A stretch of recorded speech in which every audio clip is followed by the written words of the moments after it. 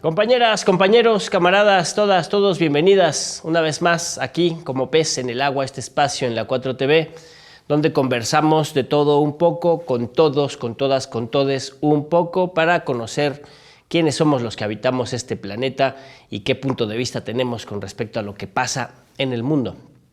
Hoy nos acompaña un compañero que se llama Felipe Gómez Antúnez, es un compañero de la alcaldía Benito Juárez, uno de los lugares más difíciles en términos políticos. Ahí es un bastión de la derecha que luego transita hacia la ultraderecha, y uno de los vecinos pues, que está ahí tratando de construir alternativas es Felipe Gómez Antúnez. Él es literato, tiene una maestría de, si no mal recuerdo, de políticas culturales, o sea, es un promotor de la cultura profesional.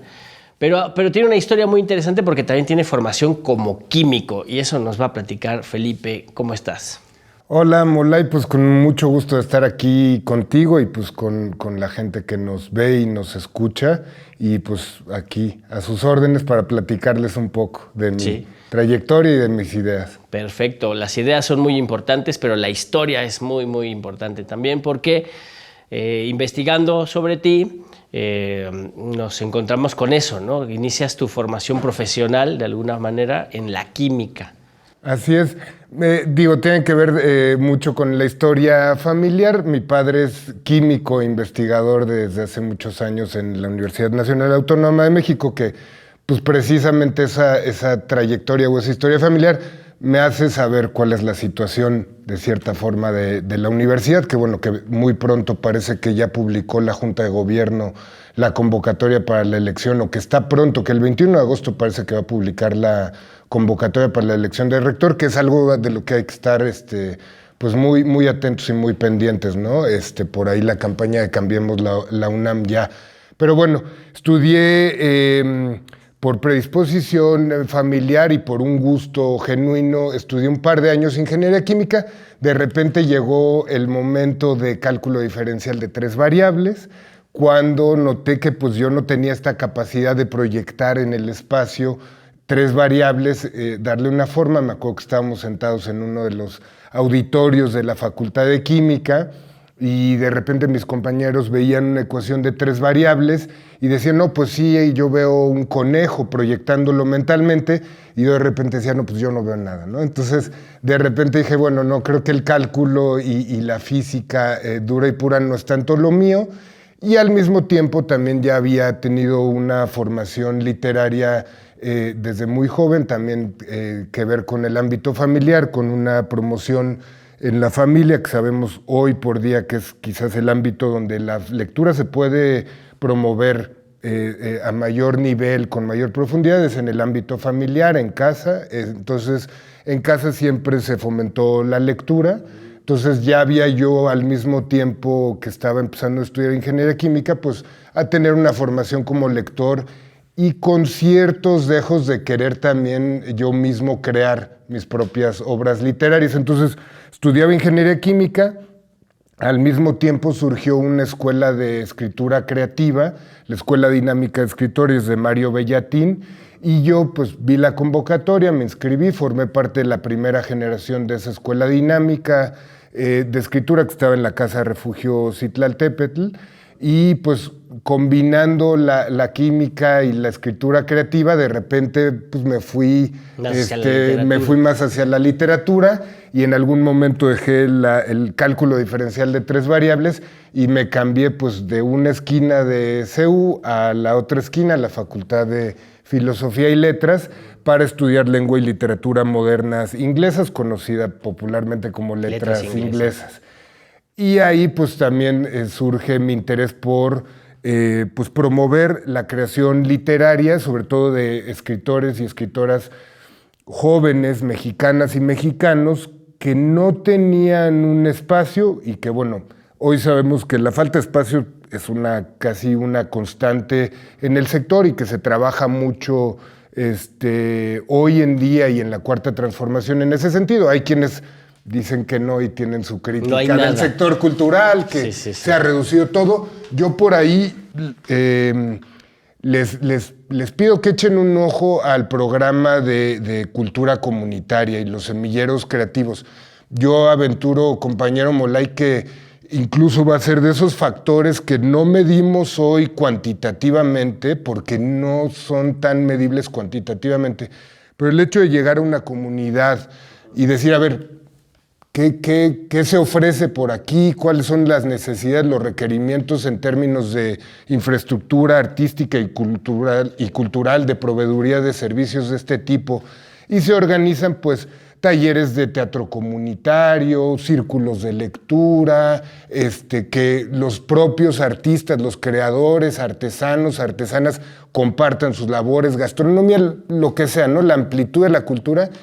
Creo que ese programa va a incidir en la votación de 2024 y va a ser de estas cosas que luego la oposición no sabe ni de dónde viene, pero que está ahí, ¿no? Que se está haciendo trabajo de campo, como Andrés Manuel siempre ha promovido, de no tanto en el escritorio, sino en las comunidades en donde se necesita. Más territorio, ¿no?, que escritorio. Más territorio. Pero el escritorio es necesario, ¿no? Porque justamente de lo que estamos hablando es de literatura. Y a mí, por ejemplo, bueno, hoy, después, mientras estaba en la química y después me fui a filosofía y letras, a literatura inglesa, cofundé una editorial justo para tratar de darle espacio a escritores y escritoras, y teníamos se llama Lenguaraz, y la revista que publicamos era una revista trimestral que se llama Lenguaraz, literatura para no leer. Y teníamos esta idea de la literatura para no leer, sino la literatura para crear, ¿no? De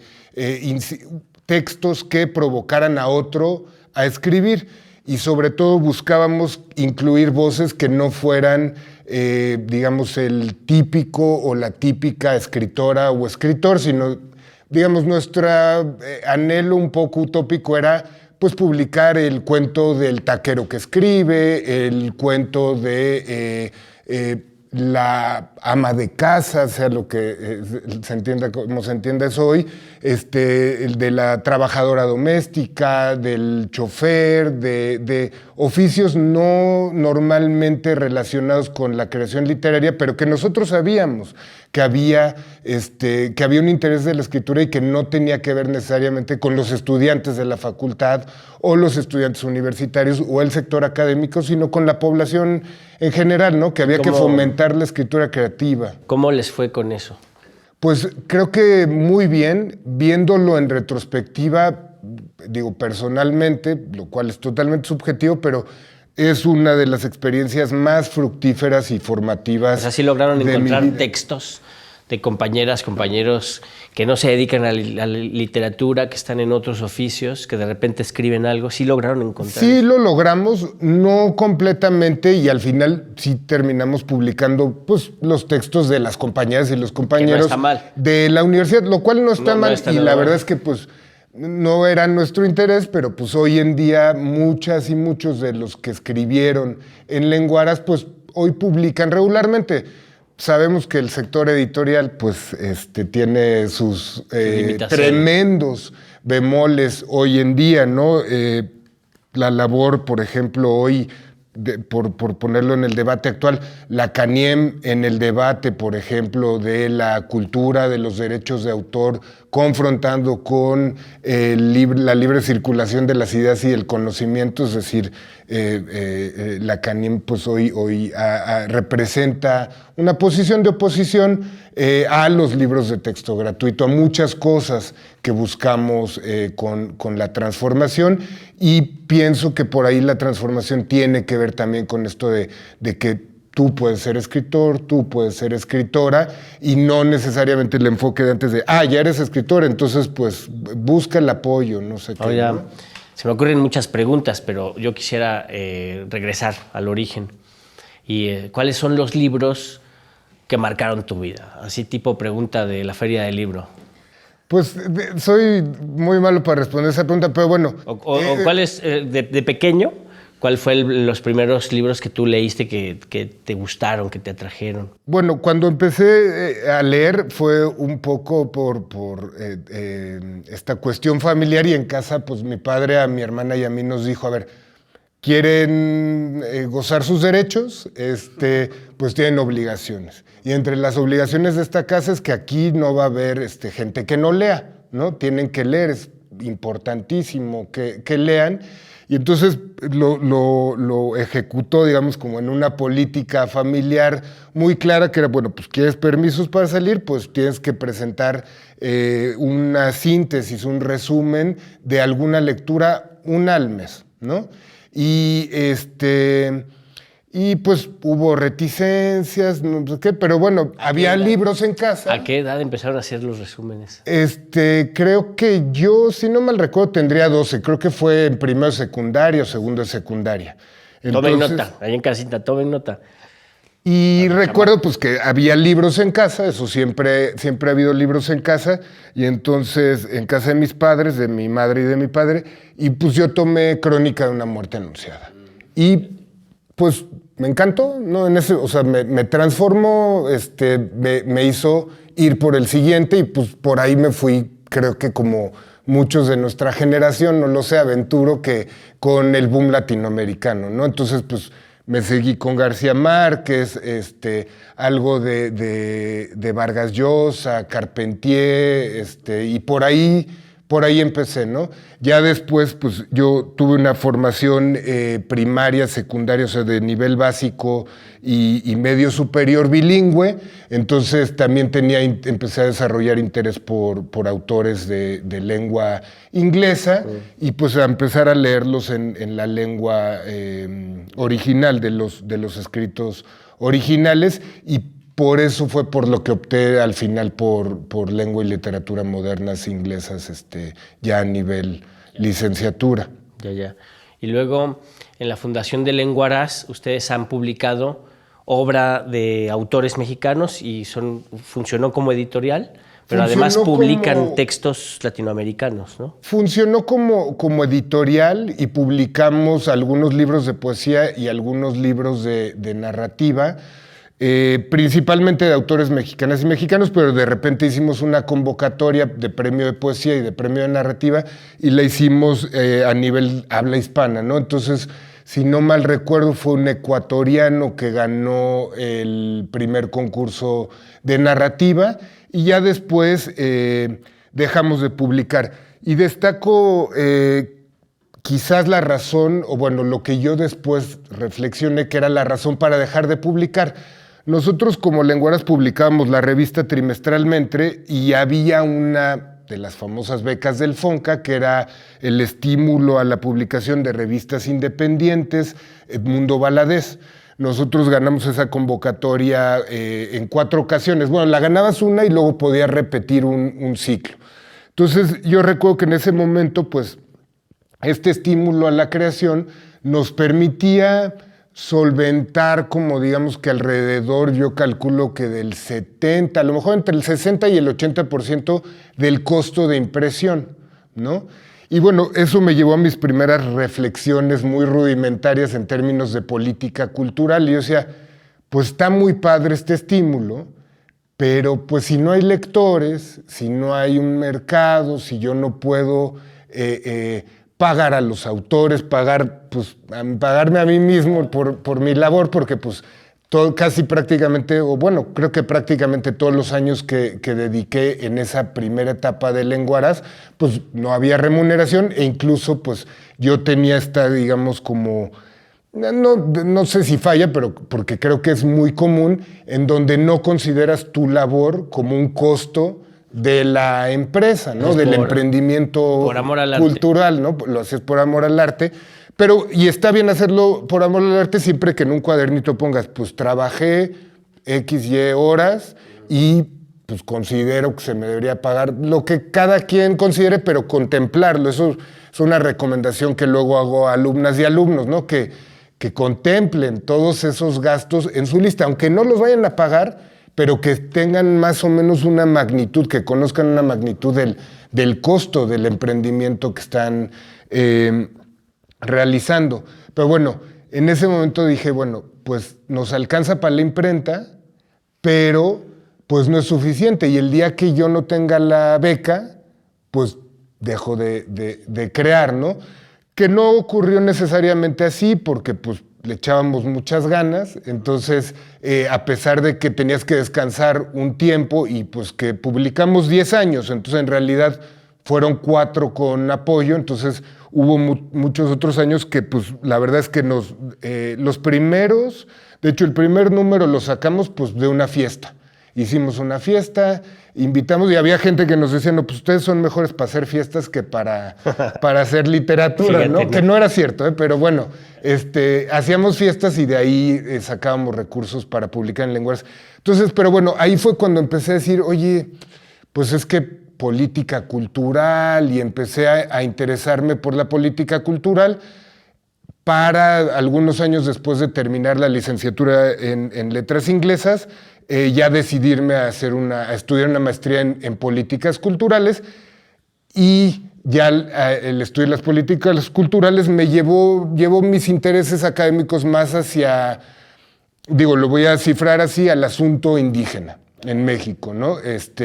Y mi tesis, o bueno, mi escrito de titulación de maestría fue en torno a la reforma del artículo 2 constitucional en 2001, reconociendo el carácter pluricultural de la nación mexicana, sustentado o basado en sus pueblos originarios. Y lo menciono porque hoy trabajo en el Instituto Nacional de Lenguas Indígenas. Esa era la siguiente pregunta. Incluso, pues yo estudiando la maestría y haciendo mi trabajo de titulación, pues escribía a donde ahora trabajo diciendo, oye, pues a mí me interesa chambear ahí.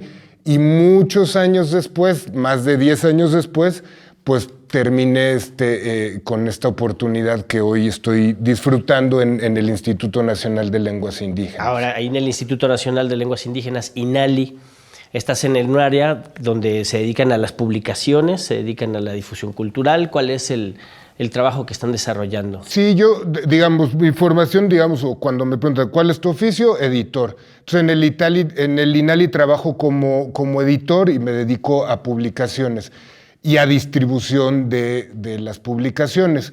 Hoy por hoy quizás lo que más tiempo me consume es la distribución, ¿no? Las solicitudes de hablantes de lenguas indígenas, de autoridades municipales, de organizaciones que requieren publicaciones en lenguas indígenas y pues yo distribuir el material que tiene el INALI y al mismo tiempo también recibimos propuestas de proyectos editoriales y por otra parte también publicamos lo que sería como los proyectos propios, que lo principal hoy día son las normas de escritura de las lenguas indígenas y los alfabetos de las lenguas, porque es muy, muy importante siempre recordar que pues tenemos muchas lenguas que no tienen como tal lenguas indígenas nacionales, que no tienen un alfabeto y una norma de escritura, que es un tema controversial, ¿no? Es importante porque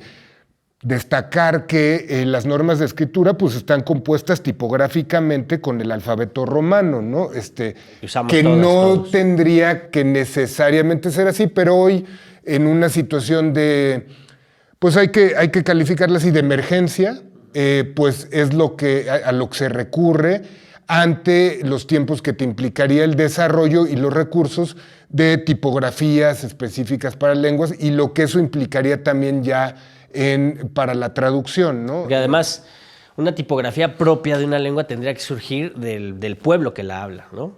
Entonces, si el pueblo que la habla no la ha hecho, pues o la hace o tenemos que resolverlo de alguna manera. Si no, esa lengua puede desaparecer. Es importante en ese sentido, compañero Molay, yo creo que diría que hoy estamos en el Decenio Internacional de las Lenguas Indígenas 2022-2023, 2032, perdón, decretado por la UNESCO, ¿no? Parte de la ONU. Y se llevó a cabo hace un par de años un congreso en donde, de hecho, pues, se dio a conocer este decenio y se dio a conocer lo que se llama la Declaración de Chapultepec o Declaración del Decenio Internacional de las Lenguas Indígenas. Y el principio rector principal es la centralidad de los pueblos. Nada para nosotros sin nosotros. Entonces, las normas de escritura y los alfabetos responden a un trabajo basado en este principio y que se llama el proceso de normalización de la escritura, pero que está centrado en un proceso comunitario. Entonces, ya no es esta visión donde se va y se impone desde una teoría lingüística o un corpus de teorías lingüísticas y de prácticas lingüísticas, una forma de escritura o una forma de crear una norma de escritura, sino que se consulta. Claro. ¿Cómo se quiere llevar a cabo? ¿Qué se quiere? ¿Cómo lo logramos? Y es un trabajo que a veces pues lleva muchos años, dependiendo de la lengua de que se trate. Recordemos que 68 agrupaciones lingüísticas, que podemos pensar como 68 lenguas, es lo más fácil de entender es pensar en 68 lenguas, y 364 variantes de estas 68 lenguas, algunas de ellas ininteligibles entre ellas, ¿no? Entonces, de lo que se trata un poco a veces es también de conciliar, de reunir a las variantes cuando hay la posibilidad, a los hablantes de estas variantes, cuando hay la posibilidad de que se llegue a un acuerdo en cuanto a cómo se va a escribir, pues así se escribe, y a veces se generan normas que llamamos multivariantes, o ahora se maneja, por ejemplo, se acaba de publicar el año pasado la norma de escritura del ENA, del mazateco. Cuando me refiera a las lenguas, muchas veces me voy a referir por su autodenominación, que sería, estamos invitando un poco a que se reconozca la autodenominación, porque muchas veces las nominaciones de las lenguas pues eran a veces peyorativas, ¿no? El tarasco es purépecha, ¿no? No digamos ya tarasco. Entonces, el año pasado publicamos la norma de escritura del mazateco, del ENA, y es una norma con zonas de inteligibilidad, ¿no? Donde literal se traza en un mapa de esta zona es inteligible esta variante, en esta zona es inteligible esta variante y se va a escribir así, ¿no? Entonces, son normas pues complejas y que toman su tiempo, y hay lenguas que pues tienen más hablantes, más trayectoria y están como más cargadas políticamente, como el mexicatlatoli o mexicano o mexicanero, también conocido como náhuatl, en donde pues hay organizaciones que a veces se han pronunciado y han dicho, pues nosotros no le entramos a la normalización y nosotros ya tenemos nuestra norma, ya tenemos nuestro alfabeto, nuestra forma, y no le entramos. Recordar por qué son importantes, o por qué yo sí considero que son importantes estas normas y estos alfabetos. Pienso en tres ámbitos: salud, educación y justicia, ¿no? Estas normas facilitan el que se cumpla la Ley General de Derechos Lingüísticos de los Pueblos Indígenas, donde todo ciudadano debe poder acceder a los servicios del Estado y a muchas otras cosas en su lengua materna, ¿no? Entonces, hoy sabemos que no hay suficientes intérpretes para el ámbito de justicia, no hay suficiente personal en el ámbito de la salud para poder proveer servicios de salud en todas las lenguas. Es algo muy difícil de lograr. En todo el territorio nacional. En todo el territorio nacional. Es un terreno inhóspito, ¿no? Nunca se había considerado. Yo nos invito, compañero, a verlo como hoy por hoy como área de oportunidad de la profundización de la Cuarta Transformación, es decir, hoy que estamos en el proceso de redacción del Proyecto de Nación 2024-2030, esa es porque a veces se critica, no, el compañero Andrés Manuel, pues no se ha hecho mucho por las lenguas indígenas, pero recordemos que estamos en una transformación por etapas, y hoy pues yo estoy contento porque, estoy seguro que 2024-2030 es una gran área de oportunidad para las lenguas indígenas, en tanto en que ya se establecieron ciertas condiciones en este primer periodo de la transformación, y ahora podemos empezar a tratar nuevos asuntos, a profundizar la transformación, y sin duda creo que el de las lenguas indígenas es un tema fundamental, vinculado, pues, por ejemplo, con los planes de justicia, que es algo que ya se hizo en esta primera etapa, ¿no? Los planes de justicia, las disculpas públicas ante la discriminación a las múltiples poblaciones y naciones naciones muchas veces preexistentes al Estado mexicano, al llamado Estado mexicano, ¿no? Entonces, yo hoy, sobre todo, nos invito a verlo eso como área de oportunidad de la profundización de la cuarta transformación para el próximo periodo. Este proceso que tú estás comentando tiene espacios de articulación y de engarzamiento con todo el modelo de la nueva escuela mexicana.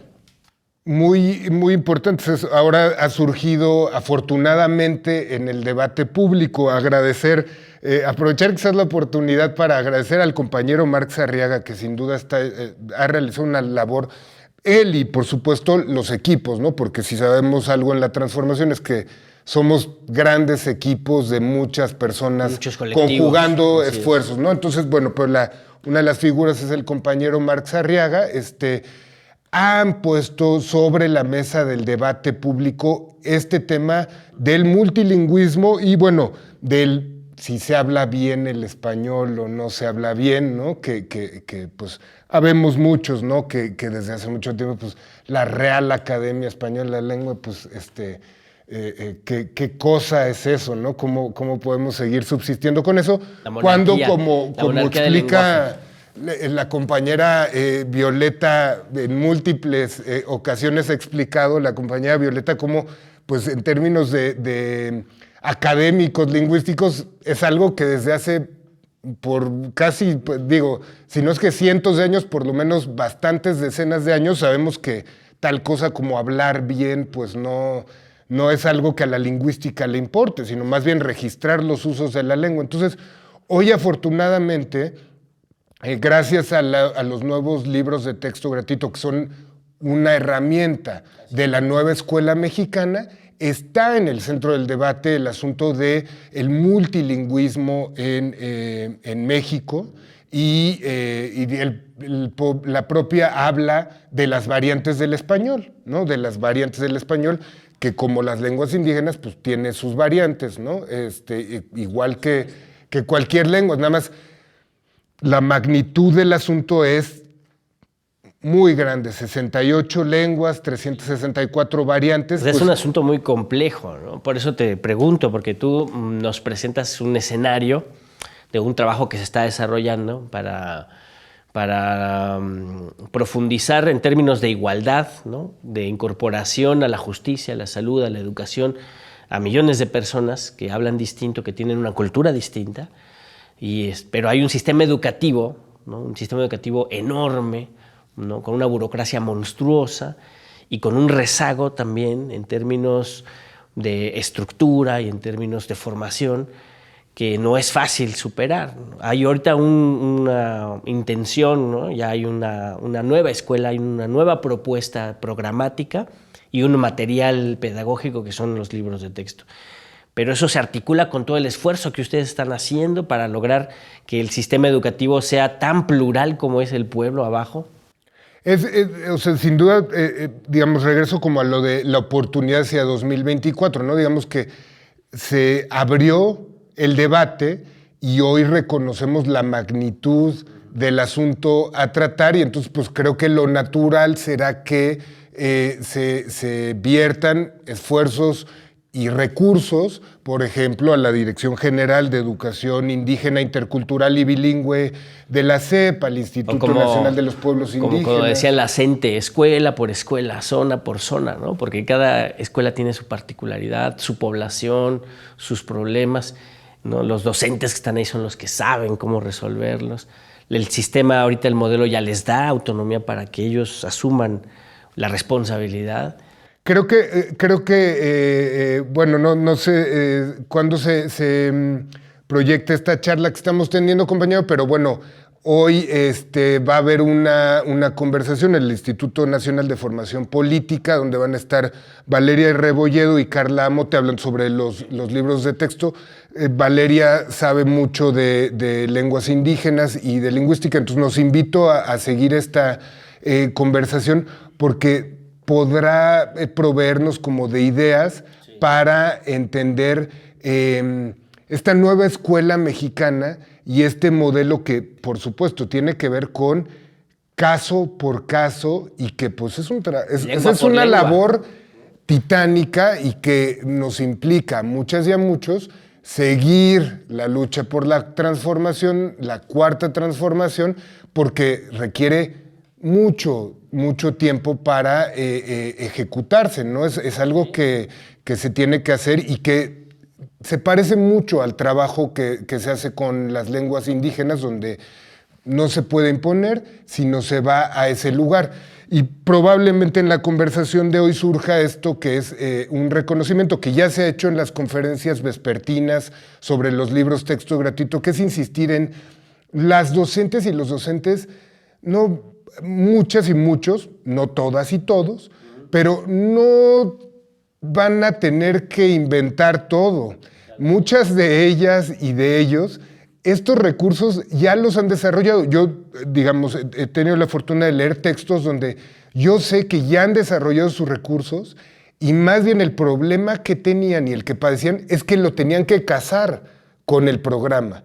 Entonces, había libros, participé en la edición de uno de ellos, en donde te enseñaban cómo justificarlo en términos del programa. Lo que ya hacías para vincular es un caso en el río Atoyac, en Tlaxcala, en unas escuelas, en donde querían la vinculación comunitaria para el cuidado del río. Y pasaba por memoria histórica, por cuidado del medio ambiente, por conocimientos químicos de las sustancias. Se integra un equipo multidisciplinario, se desarrollan estas estrategias, se genera al final un memorial histórico del río Atoyac en un par de escuelas, creo que se logró sobre todo en una, y entonces lo que los docentes y las docentes querían era, pues, ¿cómo le justifico a la SEP esto que hice?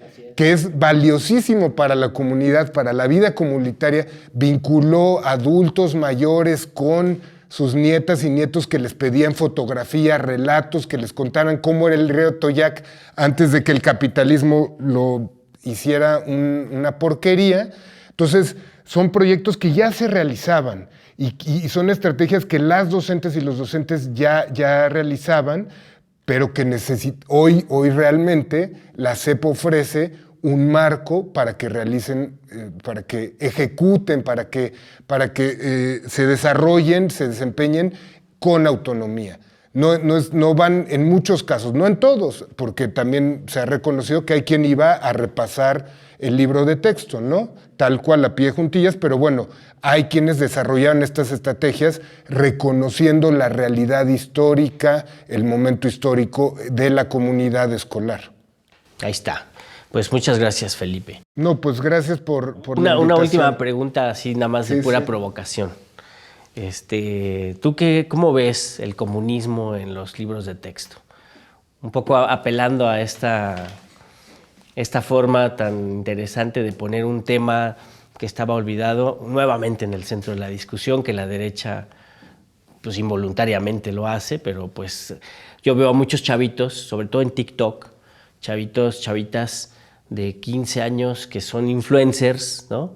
Y que están discutiendo el tema del comunismo. Porque por ahí alguien dijo, ¡ay, los libros de texto!, ¿no? Ellos ni usaban ese término, ni sabían de dónde venía, y ahora lo están debatiendo. Pues mira, voy a responder como con quizás otra perspectiva que he tenido sobre este debate o el asunto de los libros de texto gratuitos. Uno, destacar que he revisado por encimita, superficialmente algunos, sobre todo pues, los de múltiples lenguajes, que me interesan particularmente en este momento, y sobre todo pues, estos apartados donde se evidencia este asunto de que no hay esta habla de la Real Academia única, exclusiva, y que esa es la correcta y que esa es la que se debe educar, y que si no, pues ¿cómo vamos a estar formando niñas y niños fuera de esa una norma, ¿no? Una norma, la de la Real, pues esa es una existente, ¿no? Pero no he visto si realmente tiene esta carga de comunismo. Ahora, yo personalmente, pues, Ojalá lo tuviera. Lo celebraría que hubiera una revisión retrospectiva crítica desde la educación primaria y secundaria del comunismo, ¿no?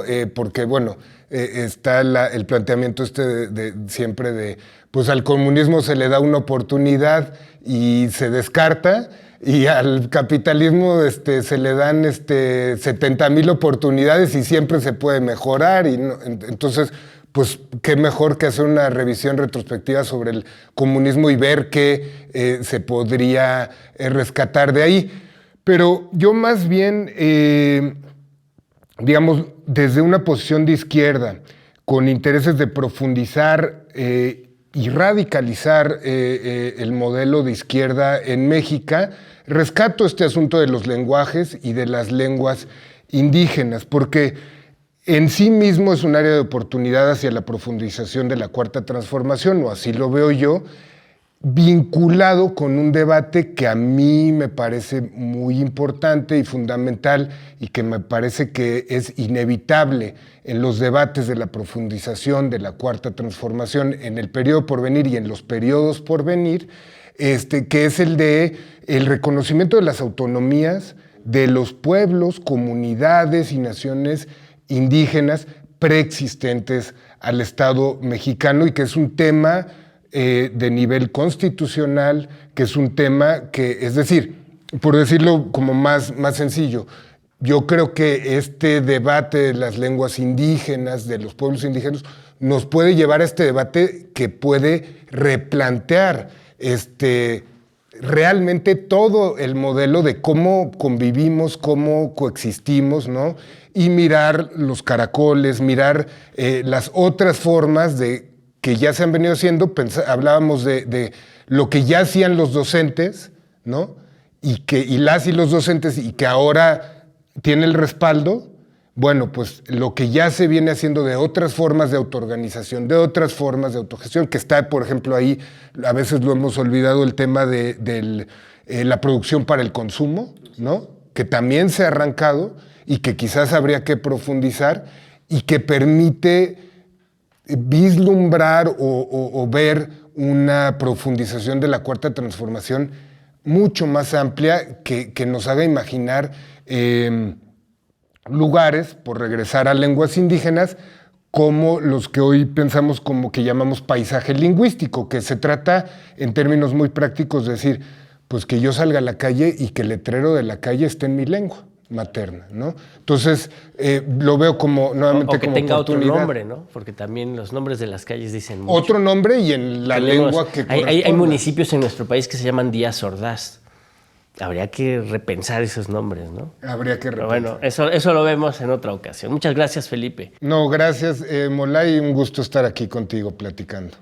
Felipe Gómez Antúnez, editor, ahorita entusiasta editor allá en el Instituto Nacional de Lenguas Indígenas. Usted lo escuchó, mucho que decir, mucho que aportar, mucho que trabajar. Allá en casita, píquele a like, reviente ese botón de like, porque el algoritmo nos maltrata, no nos comparte, no nos promueve, entonces hay que hacerlo nosotros. Comparta el enlace con sus amigas ahí en los grupos de WhatsApp, en todos los grupos de WhatsApp de sus tías. En vez de mandarle piolines, mándele el enlace de la 4TV. Organícese, luche, indígnese, lea mucho y participe. Hasta luego.